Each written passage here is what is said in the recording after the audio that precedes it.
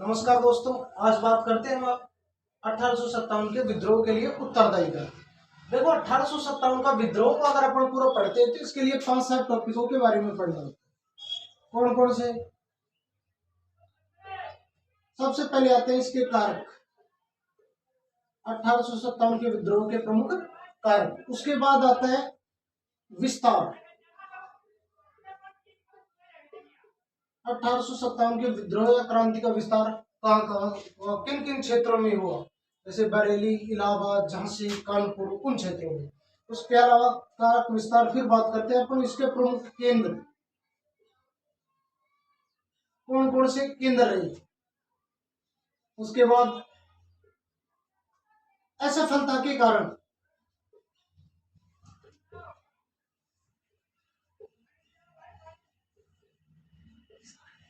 उसके बाद बात करें अपन तो इसका परिणाम क्या हुआ,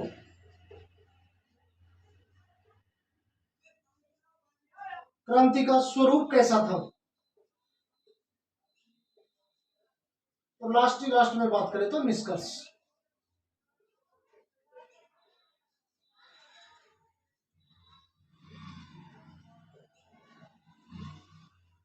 जब अपन ये पूरे 7 टॉपिक पढ़ लेते हैं तब जाकर हमारा 1857 का विद्रोह कंप्लीट होता है। इनमें आज हम सबसे पहले जो बात करेंगे वो करेंगे इसके कारकों की, कि 1857 के विद्रोह के लिए प्रमुख कौन कौन से कारक रहे थे। तो इन कारकों के बारे में देखें अपन तो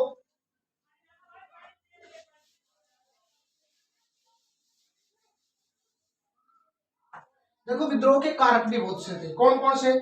जैसे कि सामाजिक कारक,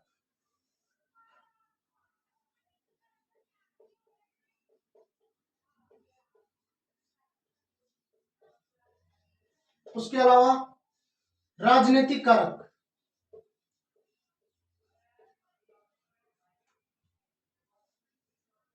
पहले आर्थिक लिख लेते हैं, सामाजिक कारक, उसके बाद आर्थिक कारक, फिर राजनीतिक कारक,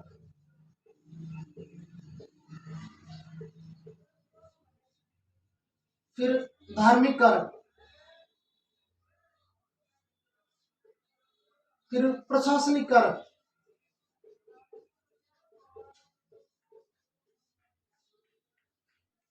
फिर सैन्य कारक, और अंत में तात्कालिक कारक।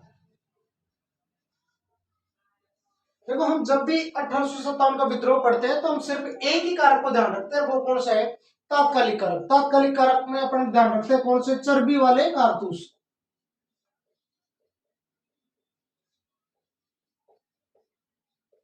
तो ये जो चर्बी वाले कारतूस थे, जिन पे भाई कहते हैं कि गाय और सुअर की चर्बी होती थी, उनको मुंह से खोलना पड़ता था। जैसे मंगल पांडे थे, उन्होंने विद्रोह किया था तो इसी वजह से किया था कि चर्बी वाले कारतूस को खोलने से मना कर दिया था। तो ये एक तात्कालिक कारक था, और ये सामाजिक, आर्थिक, राजनीतिक, धार्मिक, प्रशासनिक और सैन्य कारक, ये इसके लिए बहुत से कारक उत्तरदायी थे, ना कि कोई एक कारक। और 1857 का विद्रोह जो कि पिछले 100 वर्षों के लिए में जो भारतीयों का विद्रोह था, वो एक प्रकार से जो सामने नहीं आ पा रहा था, वो लगभग पिछले 100 वर्षों के बाद जाके वो एक प्रकार से अस्तित्व में आ जाता है। जैसे कि 1757 में हो गया था प्लासी का युद्ध, और यहीं से लगभग मान लिया जाता है कि भाई भारत में ब्रिटिश सत्ता की धीरे धीरे स्थापना होने लग गई। ठीक है, तो हम सबसे पहले देखते हैं कि इनके बारे में सामाजिक कारक। आज की वीडियो में हम 2 चीजों के बारे में देखेंगे, सामाजिक कारक कौन कौन से थे और उसके आर्थिक कारक कौन कौन से थे। तो सबसे पहले अपन देखते हैं कि इनके बारे में, सामाजिक कारकों के बारे में।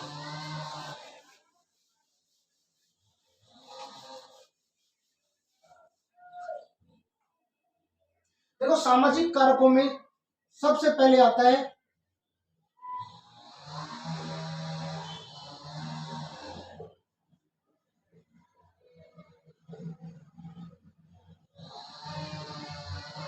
सामाजिक विभेदीकरण।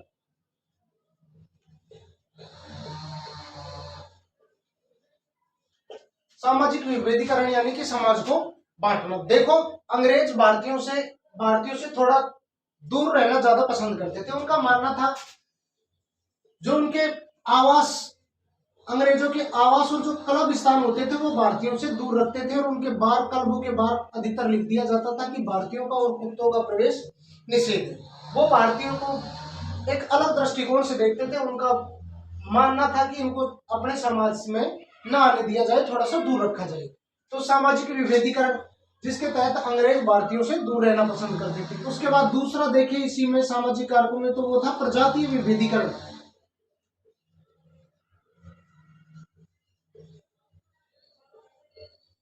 प्रजातीय विभेदीकरण, इसके अंतर्गत अंग्रेज क्या करते थे कि स्वयं को तो उच्च उच्च प्रजाति के मानते थे और भारतीयों को मानते थे कौन सी के, निम्न प्रजाति के। वही जैसे कि भाई हम तो गोरे हैं, हम तो उच्च प्रजाति से हैं, और तुम जो हिंदुस्तानी हो, वो काले हो, वो कौन सी हो, से निम्न प्रजाति से हो। जैसे अपन राजस्थान में 1857 की क्रांति में देखते हैं, एक युद्ध होता है, दो युद्ध होते हैं, एक होता है बिठोड़ा और एक होता है चेलावास का युद्ध, जिसे कहा जाता है काला गोरों का युद्ध। यहां से भी हमें प्रजातीय विभेदीकरण ही देखने को मिलता है। तो सामाजिक विभेदीकरण पढ़ रहे हैं अपन, उसके अंतर सामाजिक कारक पढ़ रहे हैं अपन, जिसमें कौन कौन से है। पहला तो हो गया सामाजिक विभेदीकरण, दूसरा क्या है, प्रजातीय विभेदीकरण। सामाजिक विभेदीकरण में क्या था कि अंग्रेजों के आवास और भारतीयों के आवास अलग अलग रहते थे। उनमें अंग्रेज थे जो भारतीयों का प्रवेश वर्जित रखते थे और उनके क्लबों आवासों के बाहर लिखा होता था कि भारतीयों के लिए और कुत्तों के लिए प्रवेश वर्जित है। प्रजातीय विभेदीकरण में अंग्रेज स्वयं को उच्च प्रजाति को और भारतीयों को कौन सी प्रजाति से मानते थे, निम्न प्रजातियों से। अब देखो, एक ही समाज में जब रह रहे हैं और अलग अलग उनमें विशेषताएं देखने को मिल रही है, तो ये समाज में अंतर पैदा करने का कार्य करती है। इस बात से भारतीयों को गुस्सा होगा कि यार ये तो देखो हमें निम्न समझते हैं, छूत समझते हैं, हमारे साथ वैसा सलूक ही नहीं करते हैं। तो इन चीजों ने धीरे धीरे अंतर पैदा करना स्टार्ट कर दिया। ये सामाजिक कारण से संबंधित है। उसके अलावा भारतीय महिलाओं के प्रति दृष्टिकोण, भारतीय महिलाओं के प्रति दृष्टिकोण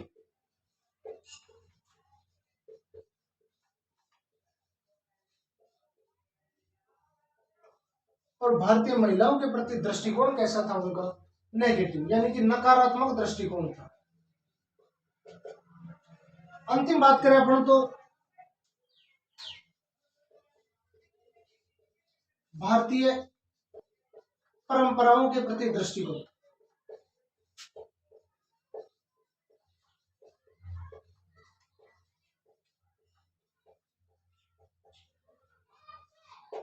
भारतीय परंपराओं के प्रति दृष्टिकोण, और भारतीय परंपराओं के प्रति भी अंग्रेजों का कैसा दृष्टिकोण था, नेगेटिव यानी नकारात्मक था। भारतीय परंपराएं जैसे सती प्रथा, भारतीयों में उस समय में प्रचलन में थी सती प्रथा, लेकिन अंग्रेज इसको विरुद्ध मानते थे या इसके पक्ष में नहीं थे। उसके अलावा शिशु हत्या, उसके अलावा विधवा विवाह,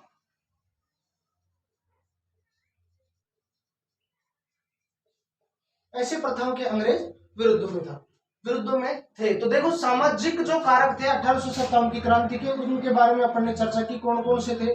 सामाजिक विभेदीकरण, दूसरा प्रजातीय विभेदीकरण, तीसरा भारतीय महिलाओं के प्रति दृष्टिकोण, और चौथा भारतीय परंपराओं के प्रति दृष्टिकोण। तो इनमें सामाजिक कारकों के अंदर अपन इनके बारे में चर्चा की। अब देखते हैं अपन दूसरे कारक, दूसरे कौन से,